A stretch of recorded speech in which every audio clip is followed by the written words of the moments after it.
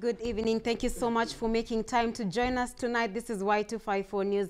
My name is Christine Kiai. Now, a new industrial revolution is taking place where digital and mobile forces are almost taking over the entire industry to adapt to new markets. It's that time of the week where we discuss matters business. And today we focus on mobile banking. And our panelists today are going to give us a few insights on this particular topic. The question we are asking you tonight is, do you think mobile banking is advantageous than traditional banking? Do you think mobile banking is advantageous than traditional banking? Send in your questions, your suggestions and your comments to 22162 beginning with the word news, and you can find us on Twitter and Facebook at Y254 channel. The hashtag is Y254. But for now, let's have a look at some of the stories making headlines. Now, the Independent Electoral and Boundaries Commission have turned to the United Nations Agency to procure election materials and oversee deployment of transmission gadgets that were at the center of the Supreme Court's judgment. The IEBC said United Nations Development Program will finance the procurement under partnership dubbed Strengthening Electoral Process, which has been running with the Electoral Agency.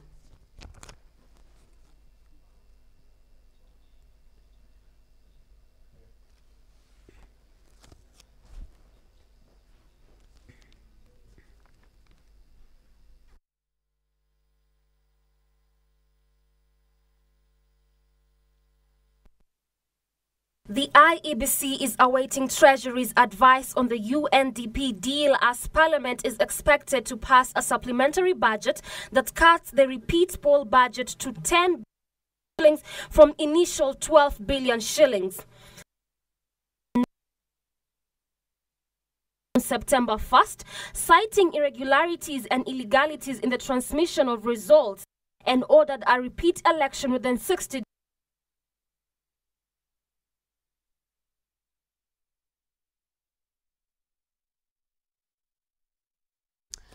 Right. Still on matters Supreme Court, the Directorate of Criminal Investigation has put together a team to probe graft claims put out against Esther Nyayaki, who has been accused of altering evidence produced to the Supreme Court judges, thus influencing the said nullification of the presidential results.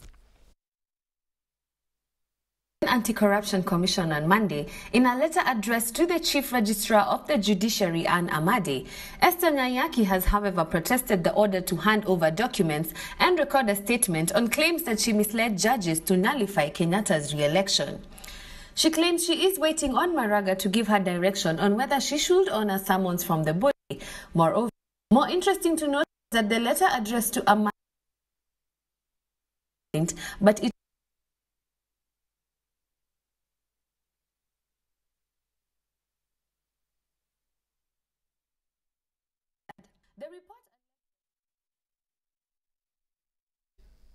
The inconclusive presidential election is to blame for the slow economic growth in the country. Just a few weeks ago, a group of economists warned that Kenya's growth projection of 5.2% is likely to go down as low as 4.8%. Just what effects does this prolonged politicking have on the economy and the young people at large?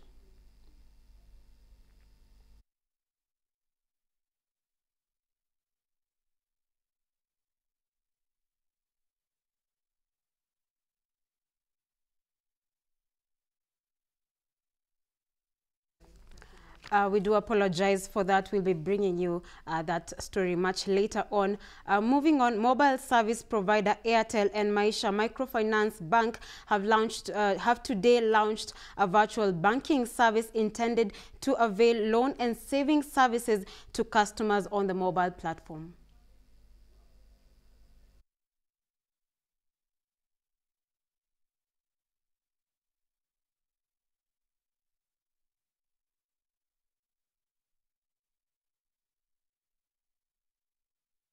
Right.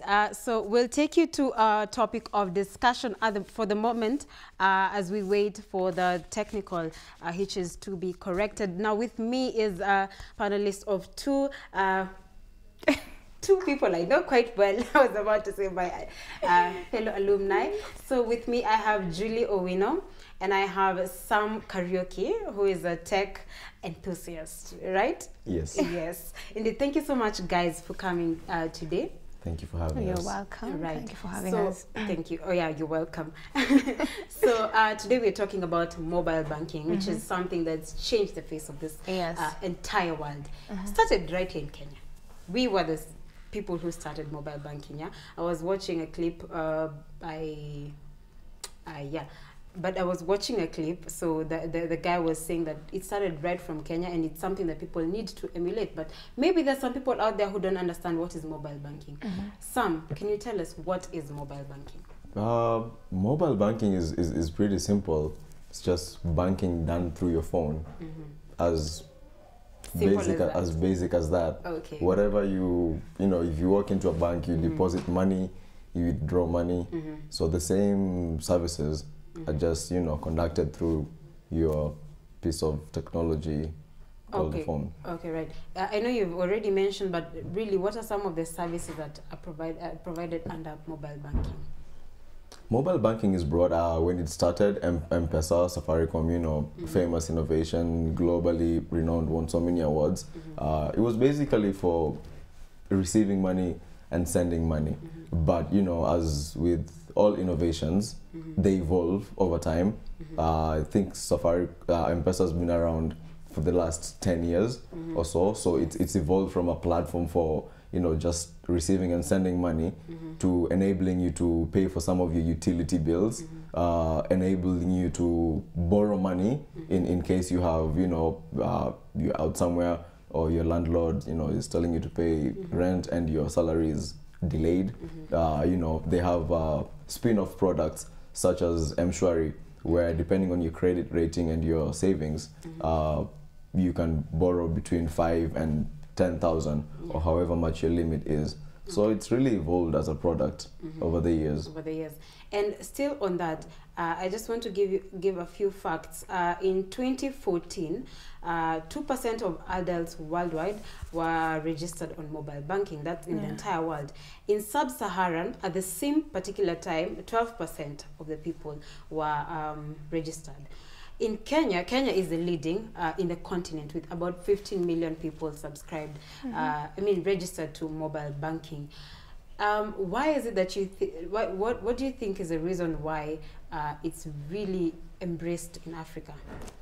The reason as to why I think it's embraced in Africa, one thing I know about Africans, we always want to get in touch with what's going on around. Like, we don't need to wait for that time to relax and say, hey, let Tanzania go ahead, let Uganda go ahead, and then we're going to go and dive into that direction.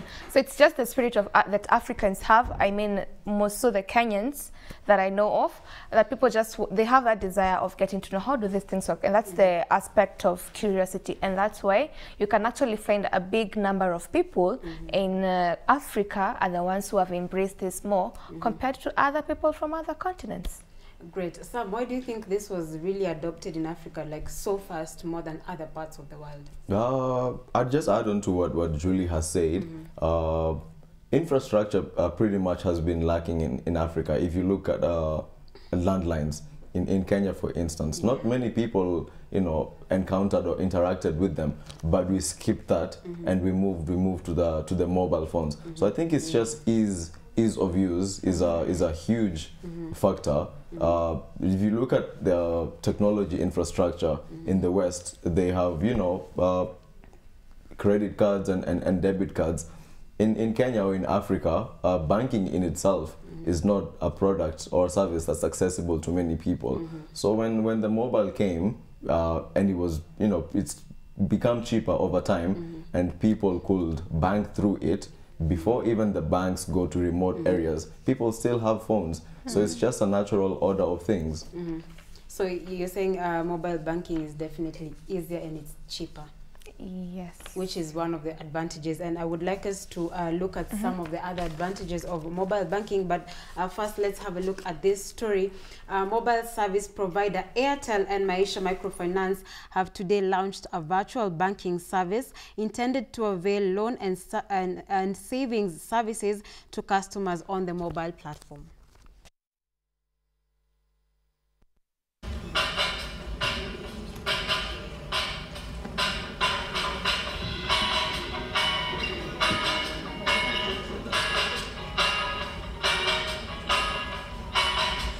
boasting a subscription of up to 50,000 users within 1.5 months during its piloting stage, M-Fanisi takes on the mobile banking industry decisively. Customers can enjoy an interest rate of 8.5% for deposits as low as 500 shillings and interest rates on loans ranging from 3% to 7.5% per annum. Moreover, the service allows one to access loans within only 2 months through mobile phone with a minimum offer of 100 shillings to a maximum of 150,000. Customers can also transfer money between Airtel Money and M-Fanisi accounts free of charge, besides saving and transacting within the service. Also during the launch, Airtel and Maisha Microfinance Bank signed a business agreement, thus unveiling their business partnership.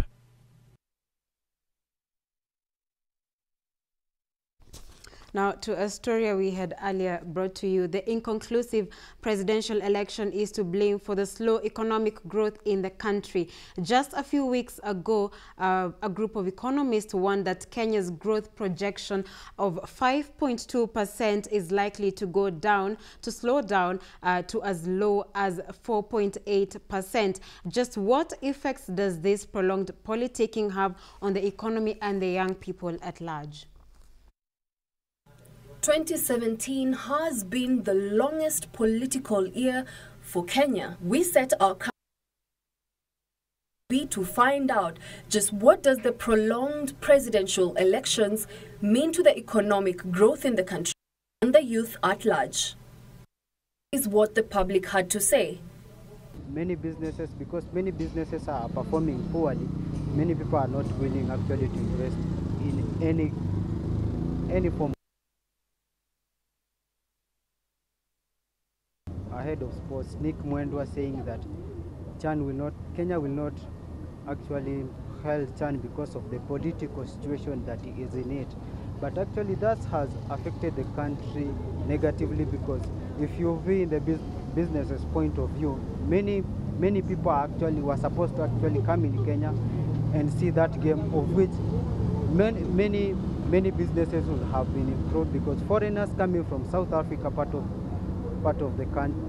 the Africa, coming from all Egypt, Zimbabwe, would have come and paid some of their money in this country, of which it would have positively affected the youth, the entire youth, and also the economy, uplifting the standards of the economy. With these prolonged elections, I think there are a lot of bad effects, especially towards the side of the youth.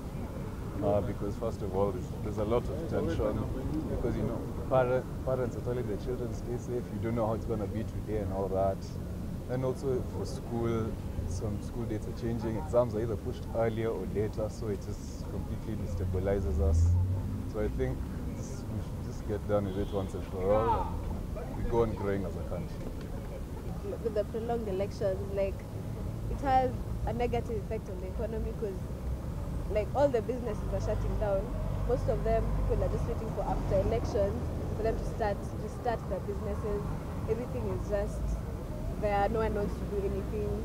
They're scared. And yeah, mostly that. And then now, of course, there's no money coming into the country because there are no businesses.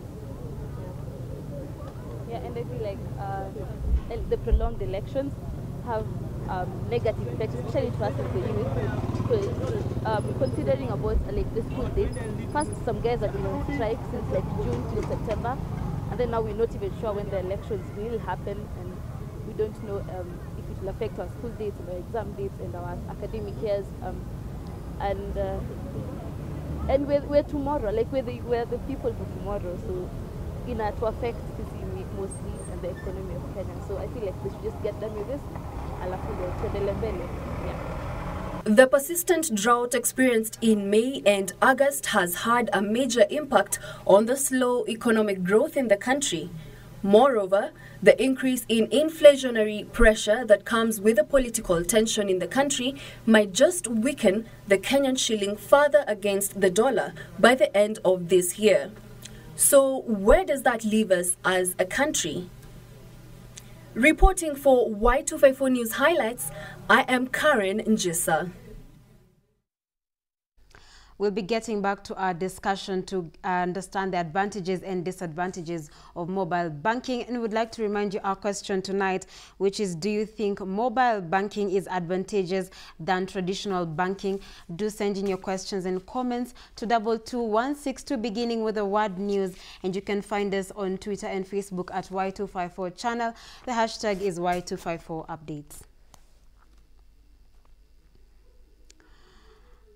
Now, domestic debt rose to 36 billion shillings in the first 2 weeks of September, highlighting an increased appetite for funds by the government as it looks to cover emerging budget items such as the repeat presidential polls. Latest data from a Central Bank of Kenya shows the stock of domestic debt stood at 2.154 trillion shillings on September 15th, up from 2.118 trillion shillings at the beginning of the month. Largely on the Treasury bond account, where the outstanding stock rose by 31.3 billion Kenya shillings to 1.37 trillion Kenya shillings in 2 weeks' time. The stock of debt is likely to go higher in coming weeks, given that the Treasury is already behind its domestic borrowing target and maturities on Treasuries will be lower in October compared to recent monthly averages.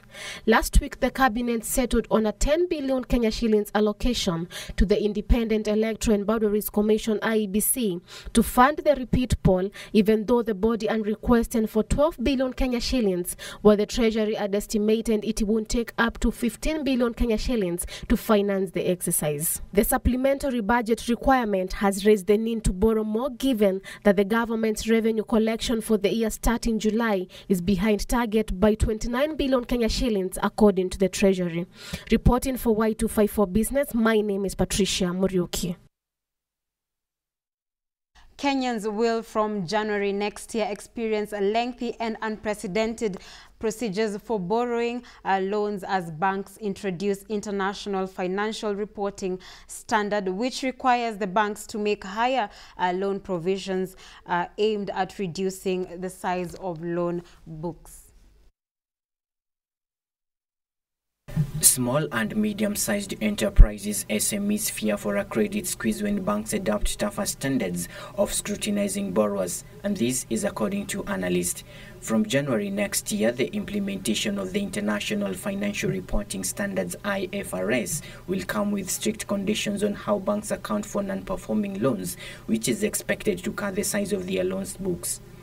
The officials said it will increase the threshold of provisions for impairment losses, thereby requiring banks to hold more capital buffers to cushion the loan loss allowances following its implementation.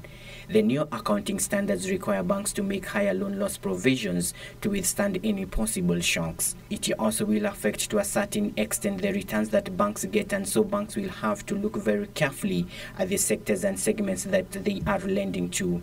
They further added that it is anticipated that the impairment costs are going to rise, and the level of that impact will vary depending on which segment banks lend to, and that will become clear in financial accounting reports because this becomes an additional hit on profit and loss statement for banks. Some banks reckon that it is unprofitable to operate under the current interest rate capping regime, which has narrowed lending margins. They said the longer the rate caps stay in place, the greater the magnitude of credit contraction, which further puts the anticipated economic growth. The lender said it was moving away from unsecured and small business loans ahead of the coming into force of the new guidelines. For Y254 Business News, my name is Dereva Hilary. The messaging service WhatsApp has been disrupted in China as the government steps up security ahead of Communist Party meeting next month. Users have faced problems with the app for more than a week, with services dropping in and out. The latest disruption to WhatsApp appears to be part of a broader crackdown on the internet and online content in China. At times, it has been completely blocked and only accessible via virtual private networks, which circumvent China's internet firewall. So, during the sensitive time leading up to the once in 5 years party congress, those with the responsibility for censoring social media are actually nervous. They worry that somebody may use an app beyond their complete control control, for example, organize a protest or post a funny photo of President Xi Jinping, and for this to somehow go under their radar. Julie Owino reporting for Y254 News.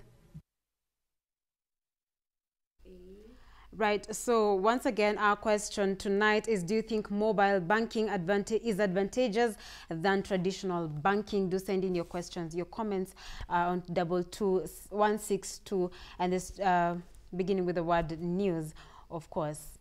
We'll take a short break though, and we'll be right back with the discussion. Right, so Sam and Julie, we're back. Yeah. And we're talking about the advantages and the disadvantages of mobile banking. So maybe Sam, you could tell us the advantages, and then Julie could tell us about the disadvantages. Sure. I'd say for mobile banking, especially for the consumer side of life, one is safety. You know, if you have Yes. your end month shopping, that, I don't know, for an average person like yourself might be 30K. Okay. You would have to walk around with 30K, but since M-Pesa decided to become, you know, a way of life, you can just carry that, you know, on your phone. So safety is a key thing, which has led to, you know, the rapid uptake of the service. I'd say another thing is ease of use for both the consumer and the merchants. Ease of use in the sense that most transactions are usually, you know, if you are supposed to pay for an item, X amount, by the time the guy, you give him the money, he counts it, starts telling you, hey, sina change, so I'll have to give you tropicals. Tropicals, really? No, that's not gonna fly. Yeah, so those are the two main things that have made mobile payments very popular in Kenya. All right. Julie, maybe you can give us some of the disadvantages. One of the disadvantages I'd pick when it comes to mobile banking, I'll specifically speak about M-Pesa. When you have money on your phone, like, that's the only means you'll keep on getting airtime. So even if you plan to save money for this and this purpose, and then you remember, I have money in my phone, then why don't I buy credit with it? So you keep on spending without even knowing, and it brings about laziness as well. So the moment you realize you have cash on your phone, you won't even be willing to go out and source credit from other kinds of places. And another thing, which is a disadvantage, is the fact that there are so many services of mobile banking right now, such that you get confused. You don't know the right people or the right one to trust, and once you confuse the notion to trust, you end up not even engaging in mobile banking at all, because you're saying, if this and this is there, I mean the M-Pesa, we have the M-Shwari as well, all these things are there fixed in one thing, I don't know which one to trust, and so you'll actually say, let me deviate and not even engage in this at all. So that story of competition actually ends leaving up people not decided on what they need to do.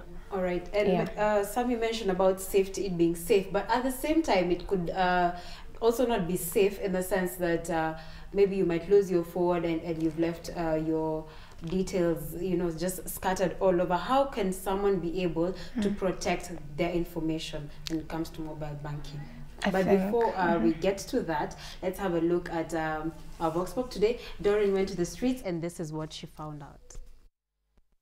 Now today we went to the streets and we just wanted to find out what Kenyans and young people specifically think about mobile banking. So let's listen to what they had to say. I think money banking, actually the traditional way of banking actually was time consuming. Also we used to have long queues, much inconvenient. But I think the new way of banking is a bit faster. And also you can bank wherever you are, you can withdraw anytime you want. I think that is the best way. A good way of embracing technology in terms of making it easier to make transaction, than the previous way, the old way of banking. Yes. it's advantageous, you know. Maybe sometimes you are late, or maybe you are tracking a traffic, and then good example is maybe you've forgotten your purse at home, you're in a matatu, you're traveling somewhere. Oh gosh, you'll freak out. What will you do? Like, for real, I don't have money, what will you do? But once you have to pay the fare. Yeah, so you can just have it M-Pesa, like, you know, Equity.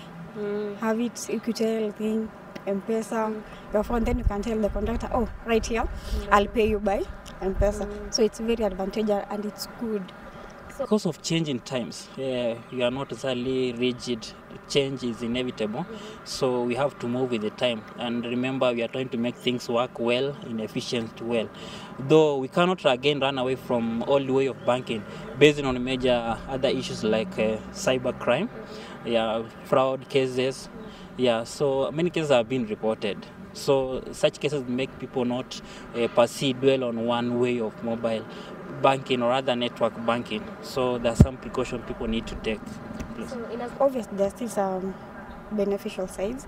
Like maybe when you have a huge money, you want to transfer to somebody. Obviously, you can't do it because you know M-Pesa. You have to have some transaction per day. You have to have this a certain amount or that. But maybe if you have in a bank account, you just go transfer, send it to somebody.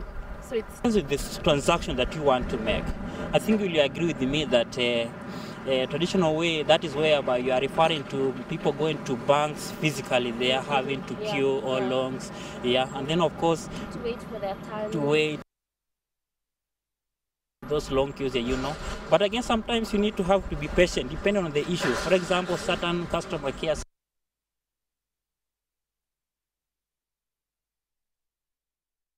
in person, let's say physically there to take. Thank you so much, Doreen, for that report. Now, we were asking, how can we keep information safe while using mobile banking? So tell me, how can we make sure that information is safe? For mobile banking, not exactly. Your information is safe, and it's safe because your username and PIN and whatnot, they're not exactly stored on your phone. They're stored on a third-party system, like for Safaricom. It's in the servers, and they usually have several protection mechanisms. So even if I was to take your phone right now, I'd have to coerce you or threaten you into you giving your information. And that's why in actually almost all instances, losing phones is common in Nairobi. But all you have to do is replace your SIM card, and you still get the same amount of money that was on your M-Pesa. Right. And also, there are people in charge of this mobile banking services. They also give you safety measures. So I don't think when it comes to losing phone and stuff like that, guys can easily access your information unless you're such a good IT hacker, unless you're a good IT hacker, then that's gonna happen. Yes. Okay. So as we wind up, where do you think the future of this mobile banking industry is going? I think the future is already here. This year alone, we've seen entrance of two global players, that is Visa and MasterCard. With quite exciting products. M-Visa recently launched theirs. All you need to do is, they're working with about 3 banks right now. I believe NIC, Co-op, and I think Family Bank. So you download the app. It's integrated with your normal account. So all you have to do is go to a merchant, let's say Nakumat, scan a QR code, which is quick response, and the transaction is there. So the future seamless. is really bright for totally bright. I think it's going to a point such that people will stop using cash at all. Great. In the next 10 years. It's not gonna be cash anymore, so guys will all be engaged in the mobile banking, because even right now those kabambe phones, they do have you just need any kind of phone, and you're good to go. You can use M-Visa on app, on a feature phone. I know. Yeah, thank you so it's much, pretty guys. easy. I can't believe we have to wrap up this discussion. I'm sure there's so much more we would have talked about, but we have to wrap it up. And thank you so much for coming, Julie and Sam, and giving us your insights on the matter. So we would like to thank you so much for keeping it Y254 and joining us on this news program tonight. We hope to host Christine Kiai. Have a good night.